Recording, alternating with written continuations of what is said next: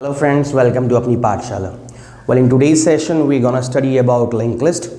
See, I'm not going to focus on like what is basics of linked list and all that you can get into different YouTube channel, but our main focus would be like how will you implement a linked list. The entire this session would be based on programming the linked list, the basic programs.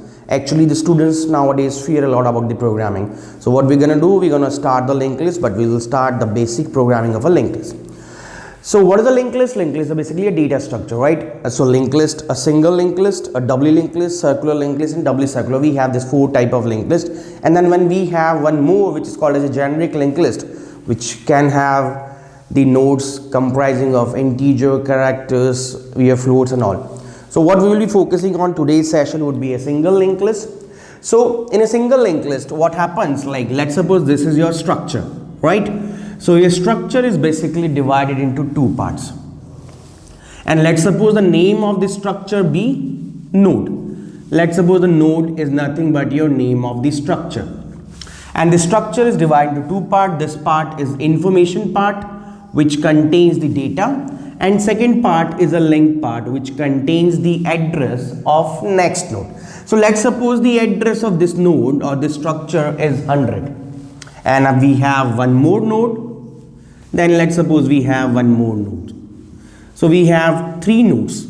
Now when you combine these three nodes, it makes a list, and that is called as a linked list, right?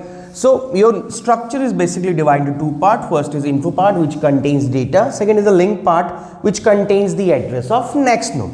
So let's suppose the address of next node is 200, and let's suppose the address of this node is 300. Now we will link this nodes. How will link?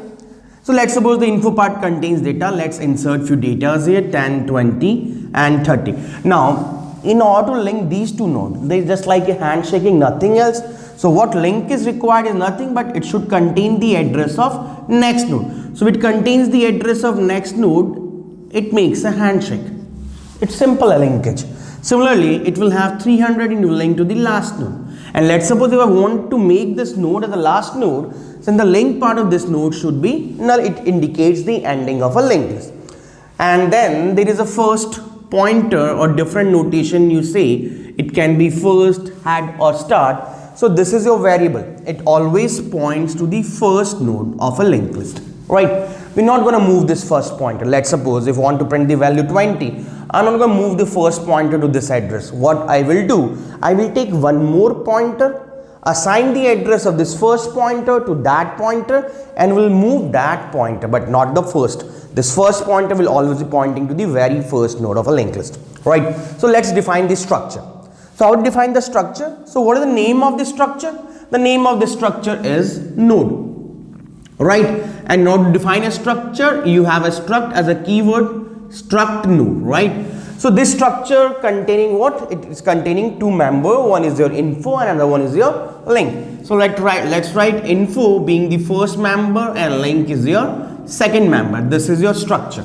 So what is the data type of this info? It is a simple integer. So it will be int info, and this is address. So this link has to be a pointer because only a pointer can hold the address, right? So now one important concept comes here, like this 200. This block 200 is containing the address of what? Is it containing the address of integer, or it is containing the address of this link part, or it is containing the address of one complete structure?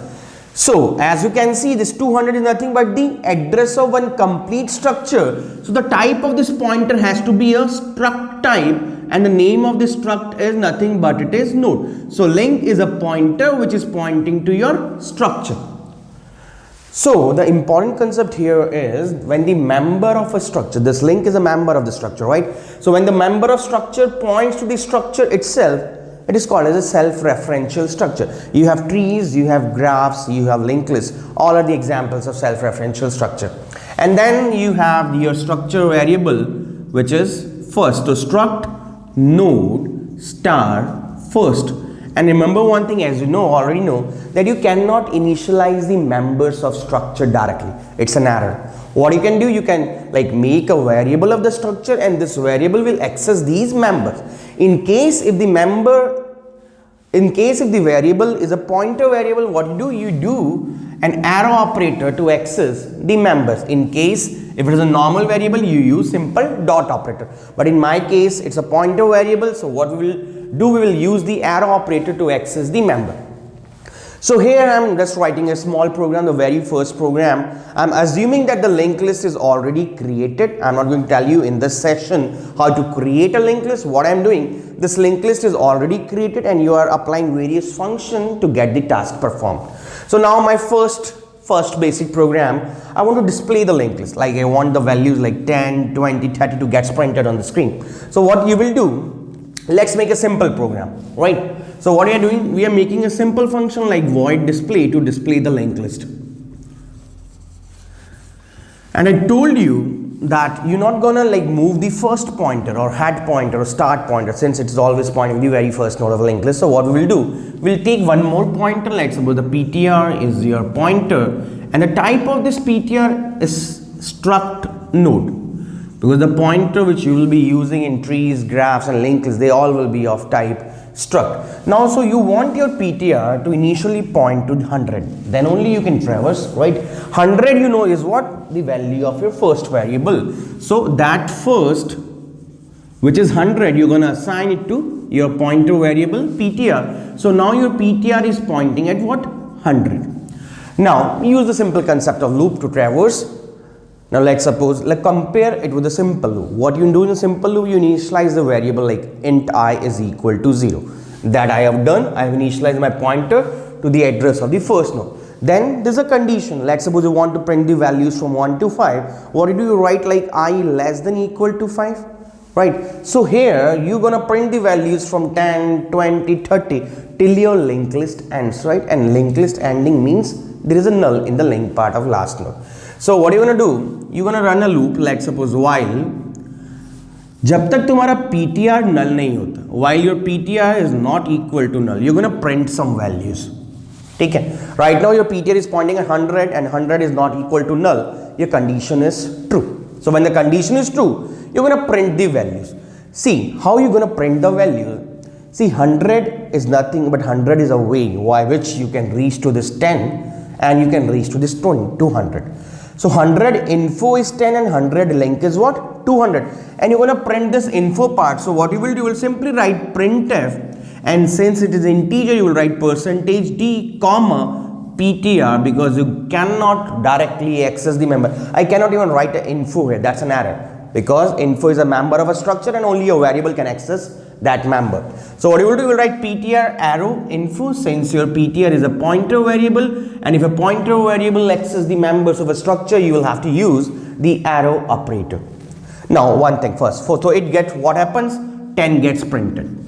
Now compare again with the simple loop. You want to print the values from 1 to 5. After printing first value, let's suppose I equals to 1, I less than 5, you're printing the value I. Then what you're doing, you're incrementing I plus plus, so that at one time the condition becomes false. So in this case, right now your PTR is pointing at 100. Now you want your PTR to point to 200, so that the info part of this 200, 20 gets printed on the screen. So how you reach 200? It's very simple.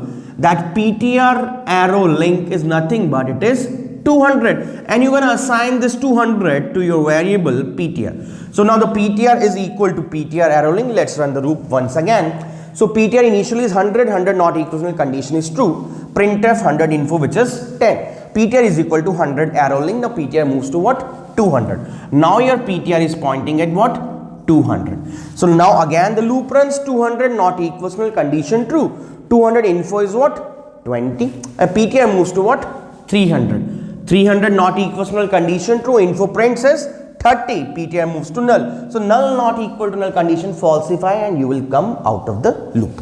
So once you come out of the loop, you simply finish your function, that's it. So it is printing what? 10, it is printing first 10, it is printing 20, and then it is printing 30.